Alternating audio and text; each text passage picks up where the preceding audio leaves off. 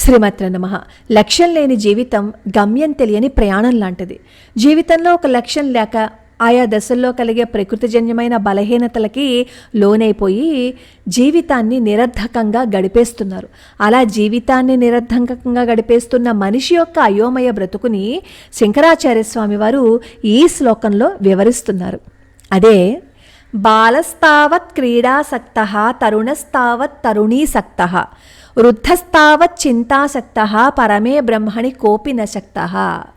బాల్యమంతా ఆటల మీద ఆసక్తి, యవనంలోనేమో ఏదో ఒక వ్యామోహము, వృద్ధాప్యం వచ్చేసరికేమో సంసార చింతలు, అనారోగ్య విచారము, ఇలా ఏదో ఒక మోహం, ప్రతి దశలోనూ ఏదో ఒక మోహం, ఆ మోహంతోటే గడిపేస్తాం తప్ప పరబ్రహ్మం మీద ఆసక్తిని చూపించటం లేదు అంటూ సగటు మనిషి జీవిత చరిత్రని క్లుప్తంగా ఈ శ్లోకం ద్వారా మనకి వివరించారు శంకరాచార్య స్వామి వారు. ఒకసారి మనం పురాణాల్లోకి వెళ్తే అజామిలుడు కథ తీసుకోండి. అజామిలుడు చిన్నప్పుడు వేదాధ్యయనం చేశాడు, కానీ పెరిగిన తర్వాత ఏమైంది, యవనంలో స్త్రీ వ్యామోహంలో పడిపోయి చేయకూడని పనులన్నీ చేసేశాడు. వృద్ధాప్యం వచ్చేసరికి చింత. జడభరతుడు చూడండి, జడభరతుడు కూడా చాలా ధర్మాత్ముడు. ఎంత ధర్మాత్ముడైనా ఈ జడభరతుడు కూడా ఒక మోహానికి లోనైపోయాడు. రాజ్యాన్ని వదిలిపెట్టేసి తపస్సుకి వెళ్ళిపోయాడు అడవులకి. ఒక చిన్న జింక పిల్ల పట్ల మమకారాన్ని పెంచుకుని తన ఆధ్యాత్మిక మార్గాన్ని మరిచిపోయాడు. ఇది యవ్వనంలో మమకారాలకి బానిస అయిపోతారు అన్న భావానికి తార్కాణం అన్నమాట. తర్వాత జడభరతుడిగా పునర్జన్మని పొంది మోక్షాన్ని పొందాడు. యాయాతి మహారాజు యవనంలో సుఖాల పట్ల మునిగిపోయి జీవించాడు. వృద్ధాప్యంలో కూడా కామమోహం తీరలేదు. అందుకే కొడుకుని అడుగుతాడు, నీ యవ్వనాన్ని నాకివ్వు అని. అప్పుడు కూడా అతనికి ఆలోచన అంతా ఈ యవ్వనం మీద, ఈ సుఖాల మీదే. వృద్ధాప్యంలో కూడా చింతలే, కోరికలే. చివరికి ఎప్పుడో ఆధ్యాత్మిక వైపుకి మళ్ళాడు అని అనుకోండి, కానీ అతను కూడా మాయలో పడిపోయాడు, మోహంలో పడిపోయాడు. ప్రతి మనిషి ఏదో ఒక సమయంలో ఎక్కడో ఒక్కడ మాయలో పడిపోతారు. అలాగే మనం ధృతరాష్ట్ర మహారాజుని మహాభారతంలో చూస్తే చిన్నప్పటి నుంచి ఆయన మోహభావి. యవ్వనంలో ఆయనకి పుత్ర ప్రీతి, సింహాసనం మీద అభిలాష. వృద్ధాప్యంలో కూడా కోరికలు, చింతలు, అలాగే దుర్యోధనుడి పట్ల మమకారము. బ్రహ్మచింతన లేకుండా మొత్తం జీవితాన్ని గడిపేసిన వారికి ఒక ఉదాహరణ ధృతరాష్ట్ర మహారాజు మనకి కనిపిస్తారు. అలాగే త్రిశంకుడు కూడా అంతే. యవ్వనంలో శరీర సౌందర్యం పట్ల మోహంతో, శరీరంతోటే స్వర్గానికి వెళ్ళిపోవాలనే కోరికతో తపస్సు చేశాడు. వృద్ధాప్యం వచ్చేసినా కానీ ఆ కోరిక వదలలేదు. చివరికి ఏమైంది, అటు ఇటు కాకుండా త్రిశంకు స్వర్గంలో వేలాడుతూ ఉండిపోయాడు. కైకేయి చిన్నప్పుడు చాలా అమాయకురాలు. దశరథ మహారాజు అంటే అపారమైన ప్రేమ. యవనంలో సౌందర్యము, భర్త పట్ల మమకారము. వృద్ధాప్యం వచ్చేసిన తర్వాత ఎవరి మాటలో విని తన కొడుకు భరతుడు కోసం రాజ్యాన్ని అడిగింది. రాముడినేమో అడవులకి పంపేసింది. అంటే ఏ వయస్సులో ఉన్నా కానీ మోహం వదలదు అన్నదానికి ఉదాహరణ కైకేయి. రావణాసురుణ్ణి తీసుకోండి. బాల్యంలో గర్వం, శక్తి, స్త్రీ వ్యామోహానికి లోనైపోయాడు. యవ్వనంలో పరస్త్రీ వ్యామోహం, వృద్ధాప్యంలో అహంకారం. చివరికి ఏమైంది, నాశనం తప్పలేదు కదా. దుర్యోధనుడు బాల్యంలో ఆటలు, ఎప్పుడూ ఇంకొకరితో గొడవలు పడుతూనే ఉండేవాడు. ముఖ్యంగా పాండవులతో విభేదాలు ఎక్కువ దుర్యోధనుడికి. యవనంలో లోభము, అహంకారము. వృద్ధాప్యం వచ్చేలోపే యుద్ధంలో మరణించాడు. ఎక్కడైనా ఒక్కసారైనా భగవన్నామ స్మరణ చేశాడా? ఎదురుగుండా కృష్ణ పరమాత్మ కనిపిస్తున్నా కానీ అతని బుద్ధి మారలేదు. వాలిని తీసుకోండి. యవనంలో శౌర్యము, బలము. స్త్రీ పట్ల వ్యామోహంతో తన సోదరుడి భార్యని స్వాధీనం చేసుకున్నాడు, సుగ్రీవుడి భార్యని. వృద్ధాప్యం రాకముందే రాముడి బాణంతో మరణాన్ని పొందాడు. అంటే ఇక్కడ ఏ మోహం కారణంగా నాశనం అయిపోయాడు? కామము అంటే కోరిక కారణంగా నాశనం అయిపోయాడు.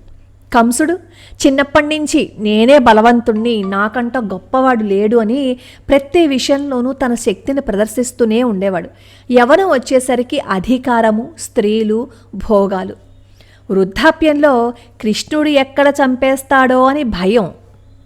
అతనికి ఆ భయమే వెంటాడేసింది.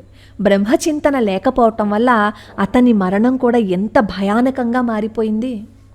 శిశుపాలుడు చూడండి, బాల్యంలో ఆటలతోటి, యవ్వనంలో అహంకారము, స్త్రీలు, నిరంతరము భగవంతుణ్ణి నిందిస్తూనే జీవితాన్నంతా వృధా చేసేశాడు. చివరికి ఏమైంది? కృష్ణుడి చేతిలో మరణించాడు. ఇలా ఒక్కొక్క పాత్ర తీసుకుంటుంటే మనం ఏం చేయకూడదు అనేది మనకు అర్థమవుతుంది. ఈ పురాణాలన్నీ మనం ఎలా బ్రతకాలో చూపించే ఒక గైడ్ లాంటివి. కానీ వాటిని తీసుకుని మనం వాటిల్లోనే మనకి ఇష్టం వచ్చిన అర్థాలని వెతుక్కుంటూ ఇలా చేయొచ్చా, ఇది ప్రామాణికమా అని మనం వీడియోల మీద వీడియోలు చేస్తూ ఉంటాం అన్నమాట. మనం అర్థం చేసుకోలేనిది ఏంటంటే జంతువునాం నరజన్మ దుర్లభం, అది కదా మనం ఎప్పుడైనా అర్థం చేసుకుంటాం. అది మనిషి జన్మ రావాలి అంటే ఎంత కష్టం, ఎంత అదృష్టం. అసలు మనిషి జన్మ లభించటం చాలా దుర్లభం. విజ్ఞానవంతుడిగా జన్మించటమే ఈ సమస్త ప్రాణులందరిలోకి మానవుడి యొక్క విశిష్టత. మంచి చెడు విచక్షణ చేసే మనసు ఎవరికుంది? మనిషికుంది. అలా మనిషికి ఉండడమే అతని ఆధిక్యతకి కారణం. మనకి మంచి చెడు బేరీజు వేసే మనసు ఉంది, విచక్షణ జ్ఞానం ఉంది.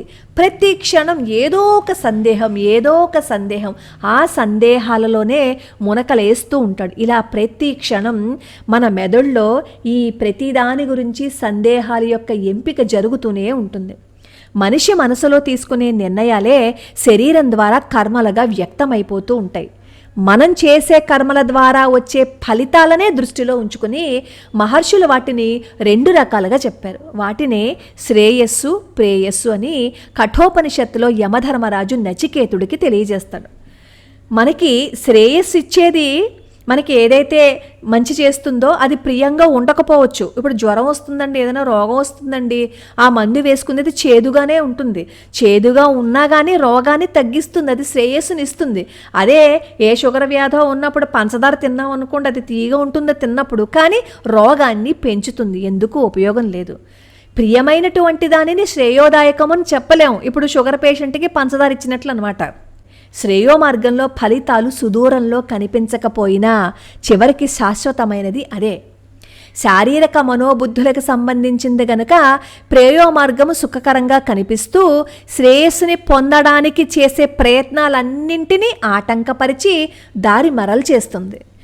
కానీ శ్రేయో మార్గం అతీంద్రియమైన ఆత్మానందాన్ని ఇస్తుంది కాబట్టే దేహధ్యాసకి వ్యతిరేకంగా ఉంటుంది. కాబట్టి మనకు అది ప్రియంగా అనిపించదు. మానవుడు కాస్త ఆలోచనాపరుడైతే శ్రేయో మార్గాన్ని అనుసరించి ప్రేయస్సుని త్యజిస్తాడు. బుద్ధిహీనుడై ఆత్మానాత్మ వివేక జ్ఞానము తెలియని మూర్ఖుడు శ్రేయస్సుని విడిచిపెట్టేసి ప్రేయో మార్గంలో ప్రయాణం సాగిస్తాడనమాట. ఇప్పుడు పైన వాళ్ళందరూ ఎలా చేశారో అలాగా ప్రేయస్సును అనుసరించిన వ్యక్తికి ఏ వ్యక్తుల వల్ల తాత్కాలిక ఆనందం కలుగుతుందో ఆ వ్యక్తులు కానీ వస్తువులు కానీ శాశ్వతంగా ఉండిపోతాయా? ఉండవు. వాటి వల్ల వచ్చే ఆనందం కూడా శాశ్వతంగా ఉండదు. అది మనం ఎప్పటికీ గుర్తుపెట్టుకోలేము. కానీ శ్రేయస్సు ఎవరికి సంబంధించింది? పరమాత్మకి సంబంధించింది. కాబట్టి నశించే ప్రశ్నే లేదు. శ్రేయస్సు వల్ల కలిగే బ్రహ్మానందం శాశ్వతమై అక్షయమై ఉంటుంది. మనిషి జీవిత యాత్రలో మొదటి సోపానము బాల్యం. బాల్యంలో ఏం చేస్తారు? చిన్నపిల్లలు ఆటలు ఆడుకుంటూ ఉంటారు. ఆటపాటలు ఎందే కాలాన్ని గడుపుతూ ఉంటారు. వికసించని మనస్సు, విరబూయని హృదయము జీవిత విలువల్ని గుర్తించి మసులుకునే స్థితిలో ఉండవు. శక్తిహీనమైన శరీరంతో పేలవమైన మనసుతో ఆలోచించే విచక్షణ జ్ఞానం అంతగా లేక ఆటల్లో మాత్రమే ఆసక్తి చూపిస్తారు. ఆటల యందు మాత్రమే బాల్యదశ గడిచిపోతుంది. రెండవది యవ్వనం. యవ్వనంలో ఇంకా మిగతా ఆకర్షణలకి లోనైపోతూ ఉంటాం. దాని నుంచి బయట పడాలి అన్నా బయట పడలేం. మూడవది వృద్ధాప్యం. ఇదొక వ్యాధిగ్రస్తమైన భయంకర నరకం. జీవిత యాత్రలో ఇది ఆఖరి మెట్టు. మానవ జీవిత గ్రంథంలో చివరి పేజీ అని చెప్పచ్చు.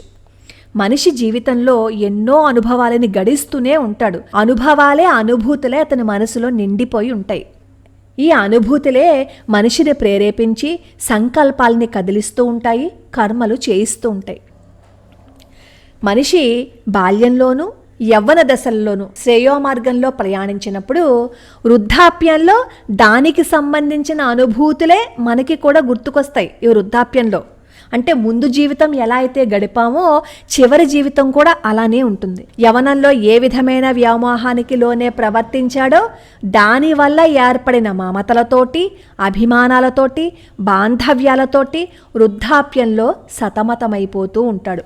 బాధలతో, భయాలతో చెదిరిపోతూ ఉంటాడు. భార్యాపుత్రుల గురించి ఆలోచిస్తూనో, బంధువుల గురించి చింతిస్తూనో, లేదు అంటే కొడుకు ఉద్యోగం లేదనో, మనవడికి ఉద్యోగం లేదు అనో, లేదు అంటే ఇంక దేనో గురించి వృధాగా కాలాన్ని గడిపేస్తూ ఇంకెవరెవరినో ప్రశంసిస్తూ ఉంటాడు.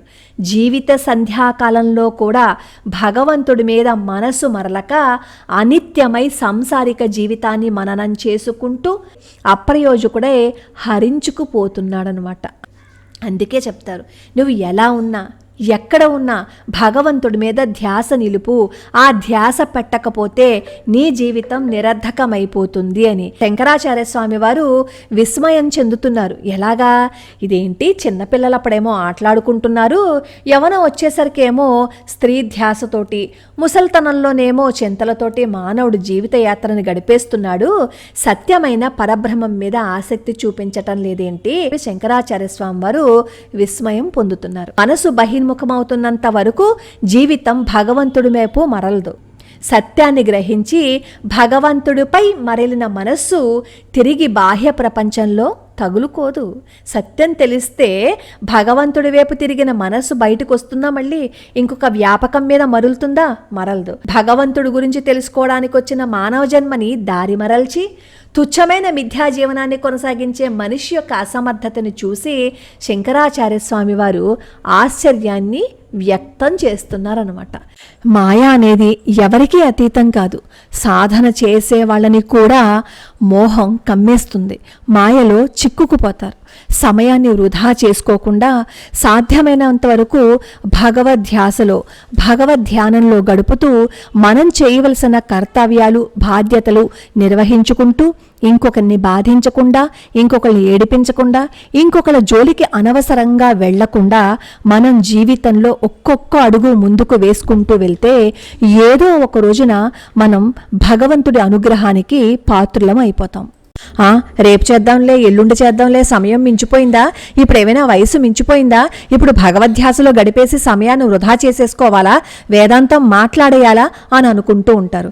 ఇప్పుడు ఓపిక ఉన్నప్పుడే మనం భగవద్ధ్యాసలో భగవన్నామస్మరణ చేస్తూ ఉంటే ఏదో ఒక రోజు ఓపిక లేకపోతే ఆ ధ్యాస ధ్యానం చేసే శక్తిని మనకి భగవంతుడే ఇస్తాడు. ముసలితనం వచ్చేసిన తర్వాత భగవత్ పూజ చేసుకోవటం కాదు, ముసలితనం వచ్చేసిన తర్వాత భగవద్గీత, రామాయణ, భాగవతాలు చదవటం కాదు. నీ శరీరం నీకు పట్టులో ఉన్నప్పుడే, నీ శరీరంలో నీకు ఓపిక ఉన్నప్పుడే భగవంతుడి కోసం ఏడవాలి. ఆ మాయల్లోంచి బయటికి రావాలి. ఆ మాయలోంచి బయటికి రావాలి అంటే సాధన చెయ్యాలి. సాధన చెయ్యాలి అంటే ప్రయత్నపూర్వకంగా నీ దృష్టిని భగవంతుడి పాదాల మీద పెట్టాలి. అప్పుడే నీ జీవితం వృధాగా ఉండదు. నువ్వు పరమాత్మని మాత్రమే చేరుకుంటావు. నువ్వు సుఖంగా ఉంటావు ఇక్కడ, తర్వాత జన్మల్లో కూడా నువ్వు సుఖంగానే ఉంటావు. అది శంకరాచార్య స్వామి వారు మనకి చెప్తున్నారు.